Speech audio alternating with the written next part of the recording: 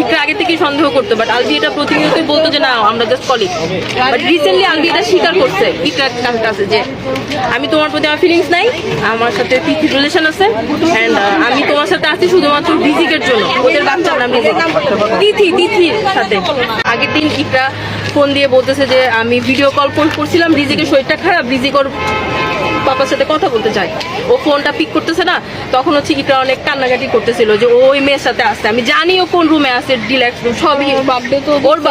ওই দিন আবার ওই মেয়ের বার্থডে ছিল, ওই মেয়ের বার্থডে সেলিব্রেট করার জন্য আলবিওকে নেপালে নিয়ে গেছে, এন্ড ইকরা এগুলো সব জানে। ইকরা তখন ওকে ভিডিও কল দিছে, আলবিওকে স্ট্রেট বলছে যে তুমি আমাকে এখন ইচ্ছা করে মানে রিজিক অসুস্থ এটা বলে তুমি আমাকে মিথ্যা কথা বলছো, এখন আমাকে তুমি ডিস্টার্ব করতে চাচ্ছ, এগুলো নিয়ে ইকরাকে ও উল্টা ইয়ে। ইভেন ওই মেয়ে আলবির ওয়াইফের সাথে হাজবেন্ড ওয়াইফের মধ্যে এগুলো নিয়ে ওই মেয়ে হচ্ছে পজিটিভ হয়ে ঝামেলা করে, তুমি তোমার বউয়ের সাথে কেন থাকো, এগুলো নিয়ে ওই মেয়ে আলবির সাথে ঝগড়া করে, এন্ড আলবি আবার ওইটার স্ক্রিনশটও আছে,